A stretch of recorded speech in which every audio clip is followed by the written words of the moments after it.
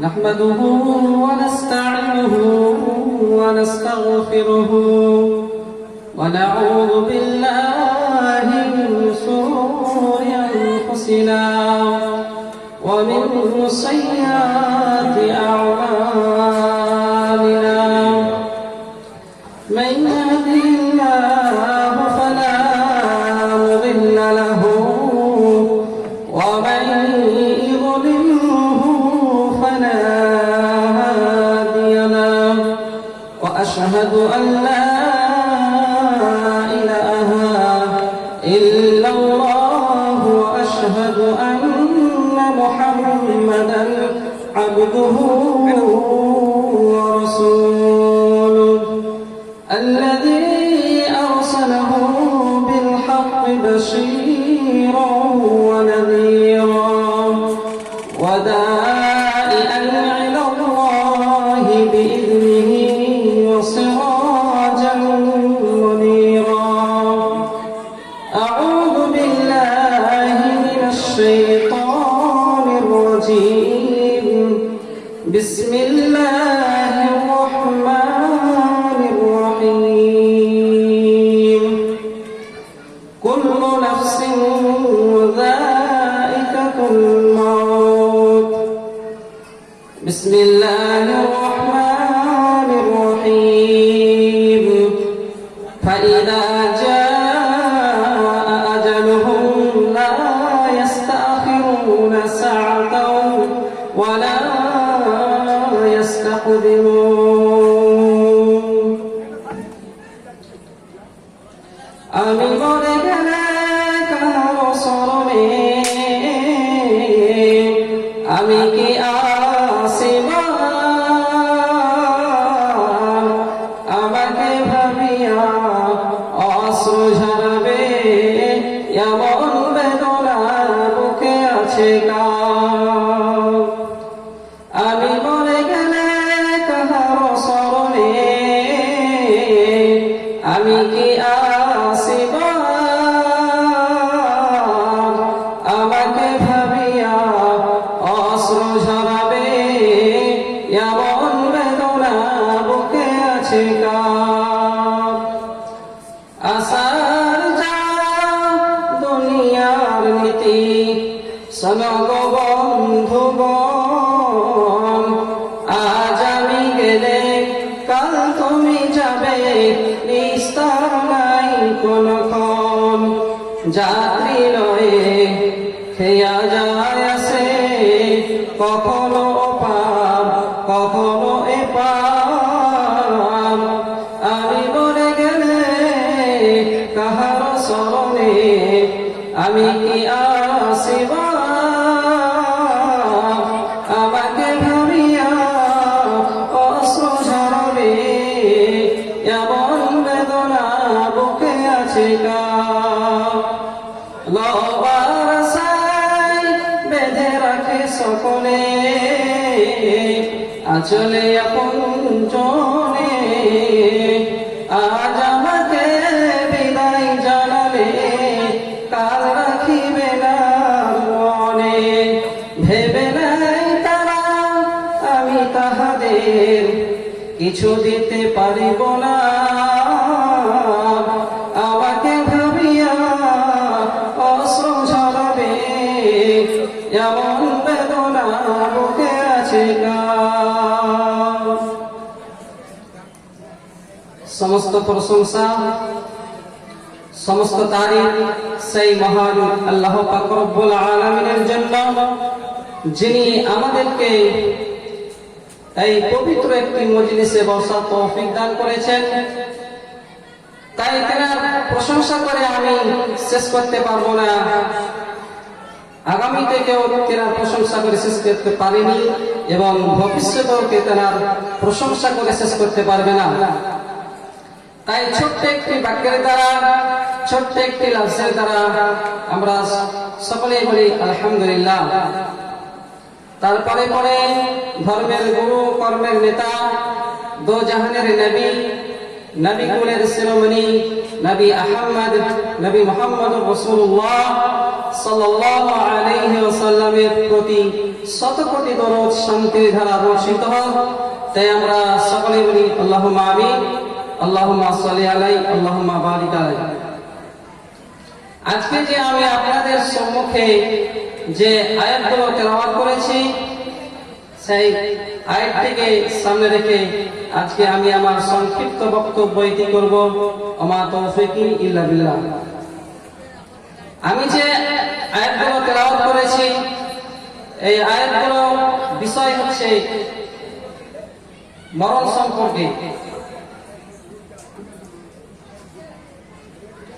মরণের সংজ্ঞা দেওয়া খুব কঠিন, তবে সাধারণভাবে মানুষের যে সমস্ত ইচ্ছা, আশা, আকাঙ্ক্ষা বা মনোবাসনা, মনোকামনা যেটাকে নষ্ট করে দেয়, সেটাই মূলত মৃত্যু। তাহলে আশা বা আকাঙ্ক্ষা বা মনোবাসনা, মনোকামনা এটাকেই বোঝায় যে আমার 1 বিঘে জমি রয়েছে, সেটাকে আমার আশা, ইচ্ছা যে আমি সেটাকে কিভাবে 2 বিঘে করব, 3 বিঘে করব, এই যে এইভাবে বাড়াতে থাকবো। আমার ইচ্ছা, আশা যে আমার 2 চাকা মোটর সাইকেল রয়েছে, কিভাবে সেটাকে 4 চাকা করব, 10 চাকা করব। এই যে আমাদের মনের আশা, ইচ্ছা, আকাঙ্ক্ষা, এই সমস্ত আকাঙ্ক্ষাগুলোকে মরণ মাটির সঙ্গে মিশিয়ে দেয়। তাহলে আমাদেরকে এই পৃথিবী ছেড়ে একদিন চলে যেতে হবে। আল্লাহ তাআলা কোরআনের মধ্যে বলেছেন, কুল্লু নাফসিন যায়িকাতুল মাউত, যার ভিতরে প্রাণ রয়েছে তাকে একদিন এই পৃথিবী ছেড়ে, এই দুনিয়া ছেড়ে তাকে চলে যেতে হবে। আল্লাহ তাআলা এই পৃথিবীর বুকে 4খানা চ্যালেঞ্জ ছড়ে দিয়েছেন, 4টা শর্ত হুকুম কোরআনে এমন দিয়েছেন যেটা মোকাবেলা করার মতো এই পৃথিবীর বুকে আর কেউ নাই। এই 4খানা চ্যালেঞ্জ বলে আমি আপনাদের কাছ থেকে বিদায় নিয়ে নেব। আমি এক এক করে আপনাদের সম্মুখে সেই 4খানা চ্যালেঞ্জ তুলে ধরবো, আপনারা মনোযোগ সহকারে শুনবেন। প্রথম নম্বরে আল্লাহ তাআলা বলেছেন, কুল্লু নাফসিন যায়িকাতুল মাউত, পৃথিবীর বুকে যত জনের প্রাণ আছে প্রত্যেকটি প্রাণীকে মৃত নামে শ্বাস গ্রহণ করতেই হবে। অর্থাৎ যার জান আছে ওকে মরতেই হবে। মৃতের হাত থেকে বাঁচার মতো ওষুধ এই পৃথিবীর বুকে নাই, ছিল না এবং কিয়ামত পর্যন্ত থাকবে না। যতজন এসেছিল তারা চলে গিয়েছে, আমরা যারা আছি আমরা চলে যাব, আমাদের পরেও যারা আসবে তারা চলে যাবে। অর্থাৎ মৃতের হার স্বাদ গ্রহণ করতেই হবে, মরণ থেকে কেউ রেহাই পাবে না। এর জন্যই আল্লাহ পাক কোরআনে বলছেন, কুল্লু নাফসিন যায়িকাতুল মাউত, তোদের প্রত্যেকটি প্রাণীকে আমি মারবই মারব। আমার আল্লাহ বলছেন যে আমি তোদেরকে মারবই মারব। তাহলে আমরা এতগুলি মজলিসে লোক বসে আছি, খালি একজন উঠে বলি যে আমি মরবো না, আমি মরবো না। মত এমন একটা জিনিস, কবর এমন একটি ভয়ানক জায়গা যার কোনো গ্রুপ নাই। বন্ধুরে আমার, জান্নাত জাহান্নামের গ্রুপ রয়েছে। জাহান্নামে কারা যাবে? ফাসিকের দল যাবে জাহান্নামে, মুনাফিকের দল যাবে জাহান্নামে, তেমনি মুত্তাকির দল যাবে জান্নাতে, সালেহিনের দল যাবে জান্নাতে, শহীদদের দল যাবে জান্নাতে। এই যে জান্নাত জাহান্নামের গ্রুপ রয়েছে, কিন্তু মরণ এমন একটি ভয়ানক বস্তু যার কোনো গ্রুপ নাই। কবর এমন একটি ভয়ানক জায়গা যার কোনো গ্রুপ নাই। বেঈমান হোক চাই ইমানদার হোক, আবু জাহেল মরেছে, বিশ্ব নবীকেও মরতে হয়েছে। তাহলে মরব না এই সত্যটা বলার ক্ষমতা আমাদের কারণ নাই। একটা গেল। নাম্বার 2, আল্লাহ তাআলা বলেন, বিসমিল্লাহির রহমানির নাফসুন বিআইয়ি আরদিন তামুত। ও বিশ্ববাসী, আমি তোমাদের জন্য একটি মৃতের জায়গা ঠিক করে রেখেছি। কোন লোকটা কোথায় মরবে, কোন হালাতে মরবে, কিভাবে মরবে, এটা আমি আল্লাহ জানি। অতএব সেই জায়গাতে নিয়ে যাওয়ার দায়িত্ব আমি আল্লাহ আছি। ওই জায়গা থেকে কেউ তোমাকে হটাতে পারবে না। আমি মনে মনে করছি আমি বাড়ির বিছানায় মরবো, আল্লাহ লিখে রেখেছে তোর মওত হবে ডাক বাংলা রোডে। এমন অসুখ হবে DDH রেফার করবে না, এখানে হবে না, জঙ্গিপুরে চলে যাও। এমন অসুখ হবে জঙ্গিপুরে বলবে না, এখানে হবে না, তুমি বহরমপুর চলে যাও, অ্যাম্বুলেন্সে যাবো। ওই জায়গাতে যাও, প্রয়োজন বলবে আসসালামু আলাইকুম বন্ধু, এই জায়গাটা তোমার জন্য নির্দিষ্ট ছিল, সেই জায়গাতে পৌঁছেছ, আমাকে কাজ করতে দাও। আপনি আমি ভেবেছি বিছানায় মরবো, আল্লাহ লিখে রেখেছে ট্রাকের টায়ারে যাবি। হাজার সাবধানতা হলেও ওই ট্রাকের টায়ারে যেতে হবে। আল্লাহ তাবারাক ওয়া তাআলা প্রথম নম্বরে বললেন আমি মারবই, দ্বিতীয় বললেন যে জায়গাতে তোকে মারবো ওই জায়গায় তোকে আমি নিয়ে যাব। একটা উদাহরণ দিলে আপনারা বুঝতে পারবেন। সুলাইমান নবীর জামানায় এক বাদশা অসুখ হয়েছে, বাদশাকে শোনানো হয়েছিল ও বাদশা নামদার, তোমার মওত হবে সমুদ্রের দ্বীপের মাঝে। লোকটি অট্ট হাসিতে হেসে বলল সমুদ্রের দ্বীপে তো আমার কেউই নাই, সমুদ্রের দ্বীপে তো আমার কোনো কাজই নাই, সমুদ্রের দ্বীপে তো আমার কোনো বংশ বলে এক নাই, তবে সেখানে মত হবে কি করে? বন্ধুরে আবার সে ভুলে গেছে। এবার তার মতের দিন কাছে গেছে, শরীরের মধ্যে একটা ঘা দেখা দিয়েছে, চামড়ার রোগ হয়েছে। যত কবিরাজের কাছে গেছে ভালো হয় না। একজন বিখ্যাত কবিরাজ ওই অসুখগুলো দেখে বলল বাদশা তোমাকে যদি এই চামড়া ঠিক করতে হয় কিছুদিনের জন্য সমুদ্রের দ্বীপের হাওয়াতে বাস করতে হবে। ও জানে না আগেকার চ্যালেঞ্জের খবর ভুলে গেছে। সৈন্য সামন্তদের বলল ঠিক করো, আমার জন্য জাহাজ রেডি করো। পানি জাহাজে করে নিয়ে গিয়ে তাকে যখন সমুদ্রের দ্বীপে পৌঁছে দেওয়া হলো, এমন সময় আজরাইল হাজির হয়ে গেছে। তার মানে বলা হয়েছিল বাদশা তোমার মওত হবে সমুদ্রের দ্বীপের মাঝে।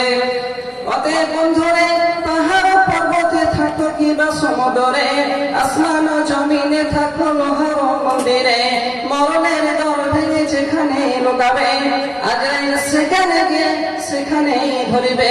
একটা সময় নির্দিষ্ট হয়ে আছে, ওই সময়টাকে কেউ কোন রকম পরিবর্তন করতে পারবে না। কেউ কোন রকম সেই সময়টাকে পরিবর্তন করতে পারবে না। আল্লাহ তাআলা প্রথম নম্বরে কি বললেন? আমি মারবই। দ্বিতীয় কি বললেন? যে জায়গাতে মারবো তোকে সেই জায়গায় আমি তোকে নিয়ে যাব। নাম্বার 3 আল্লাহ তাআলা বলছেন বিসমিল্লাহির রহমানির রহিম ফাইযা জাআ আজালুহুম লা ইস্তাখিরুনা সাআতান ওয়া লা ইস্তাকদিমুন। আল্লাহ তাআলা বলছেন আমি যে তোমাদের জন্য যে সময়টা নির্ধারণ করে দিয়েছি, আল্লাহ তাআলা যে আমাদের জন্য যে সেকেন্ডটা যে মিনিটটা নির্ধারণ করে দিয়েছে, ওই সময় আমাদের জানকে কবজ করবেই করবে।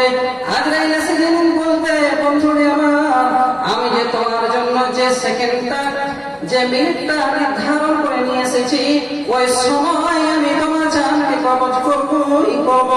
ভাবিও না যে তোমাকে কেউ মারতে পারবে না, ভেবে নিও না যে তোমাকে কেউ মারতে পারবে না। পরপর 10 খানা বম মেরেছে, একটা ছেলেকে 10টা বম মারলে কি হয়? আপনারা আজিব হয়ে যাবেন, বিশ্বাস হবে না আপনাদের।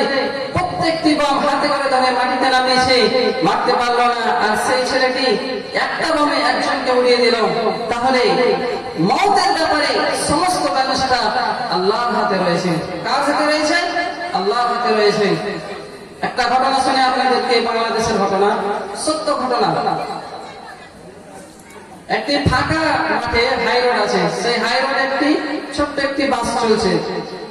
একটা বুড়া মানুষ সাদা টুপি তৈরি করে আছেন, সে হাঁটছে। তো বাসটা আসতে থেকে সে বাসটা হাত তুলছে, মানে দাঁড়াতে বলছে। তখন বাসের ভিতরে প্যাসেঞ্জাররা কি বলছে জানেন? যে আহা হা বেচারা রাস্তার মাঝে বিপদে পড়েছেন, ওকে নিয়ে নাও, সামনে মরে গিয়ে ছেড়ে দেবেন। তখন ড্রাইভার গাড়ি করলো, খালাসি দরজা খুলে বলছে আসেন চাচা আসেন, এত বড় ফাঁকা মাঠে আপনি কোথায় যাবেন গো? উঠলো, উঠে বাসে লাগিয়েছে, আর গেটম্যান গেটটা লাগিয়ে বলছে চলো চলো। ড্রাইভার এমনি করে আছে, ড্রাইভারকে গিয়ে দেখছে ড্রাইভার মারা গেছে। সত্য ঘটনা, যদি চলন্ত অবস্থায় মরতো তো সকলেই যেত, তো সবারই কবরে তো মৌত নাই, মৌত তো একা আছে, বসে আছে। আল্লাহ কোনো বাহানা করে দাঁড় করালেন, ঘোড়া চেপে আছে আর গাড়ি আগায় না। এর জন্যই আল্লাহ পাক রব্বুল আলামিন বলছেন ফাইদা জাআ আজালুহুম লা ইস্তাখিরুনা সাআতান ওয়া লা ইস্তাকদিমুন। আল্লাহ তিনখানা চ্যালেঞ্জ ভিতরের মধ্যে বললেন, একটা হচ্ছে মারবই, ঠিক টাইমেই মারবো, ঠিক জায়গাতেই তোকে মারবো, এটা আমার নোটিশ আছে, কোনোদিন ফেল হবে না। এই তিনটি চ্যালেঞ্জের থেকে আরো ভয়ানক চ্যালেঞ্জটা শুনলেন। আমার আল্লাহ বলছেন বিসমিল্লাহির রহমানির রহিম ওয়া মা হুম আনহা বিগাইবিন। আমার শেষ চ্যালেঞ্জ হলো তোরা পাহাড়েই থাক, পর্বতেই থাক, কিংবা কবরে আছিস, মাদার করে পুঁতে দেওয়া হয়েছে, জঙ্গলে তোকে বাঁধে করে নিয়ে চলে গেছে, পৃথিবীর বুকে তুই কোথায় ছড়িয়ে আছিস থাক না কেন, আমি তোদের জন্য একটি দিন করেছি। ওই দিনটার নাম হলো ইয়াউমুল ফাসাল, ইয়াউমুল কিয়ামা, ইয়াউমুল হিসাব। সেই কিয়ামতের দিন তোদেরকে আমি একই জায়গাতে নিয়ে এসে আমি জমা করবো। তোরা সেই দিন বলতে পারবি না যে ওই কিয়ামতের দিন আমি যাব না। একটা উদাহরণ দিলে আপনারা বুঝতে পারবেন। আজকে যে এই মাদ্রাসা দারুল হুদা টিএসডিএম এর যে জলসা হচ্ছে, তো জলসা হওয়ার আগে তার পরিকল্পনা ছিল, মাসওয়ারা হয়েছে যে জলসাতে কাকে বক্তারে আসা হবে, কার প্যান্ডেল নিয়ে আসা হবে, কার মাইক নেওয়া হবে। এই যে মাসওয়ারার মধ্যে যে গুলো করেছেন, কিন্তু সেই মাসওয়ারা গুলো করে তারা বসে থাকেনি। আপনার হ্যান্ডেল ছাপিয়েছে, হ্যান্ডেল ছাপানোর পরে বসে থাকেনি, যে তারা মানুষের দরজায় দরজায় খবর পৌঁছে দিয়েছে যে আমাদের মাদ্রাসার জলসা হবে। কিন্তু যতজন শুনেছে ততজন আসতে পারেননি। যার মন গেছে এসেছে, যার মন চায়নি সে আসেনি। এর জন্য কোনো জবরদস্তির কোনো ব্যাপার নাই। আমার আল্লাহ বলেছেন ইম্মা শাকিরান ওয়া ইম্মা কাফুরা, তোদের যা মত চাবে সে মসজিদে ঢুকবে, মসজিদে ঢুকবে না।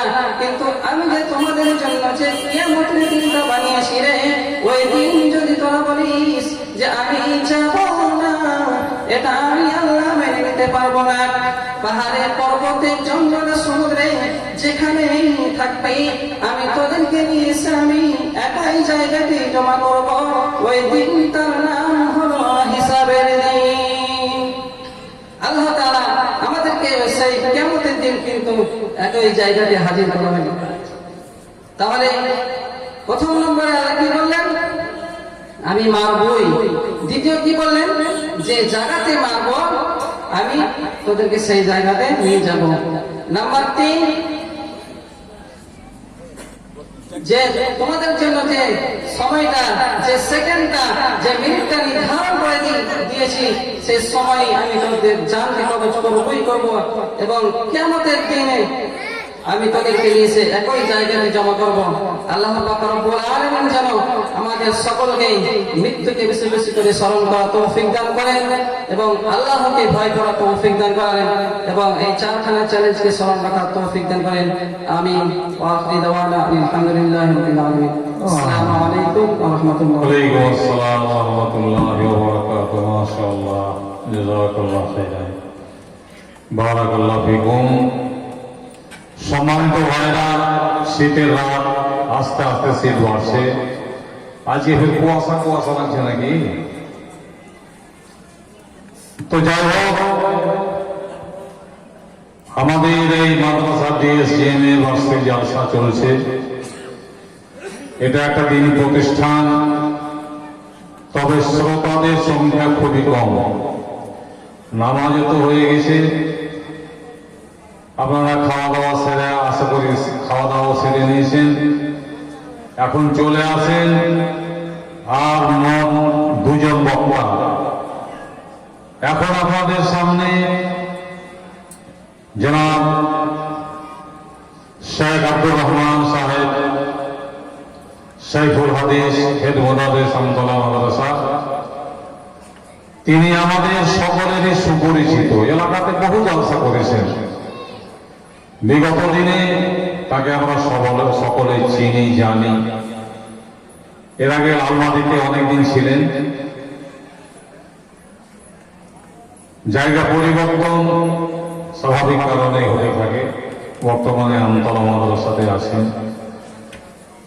তো তিনি এখন আপনাদের সামনে এসে নির্ভেজাল কোরআন হাদিস থেকে কিছু বক্তব্য পেশ করবেন, আর মাওলানা সাহেবের হাতে আপনাদের মূল্যবান অর্থ দানগুলো দিবেন।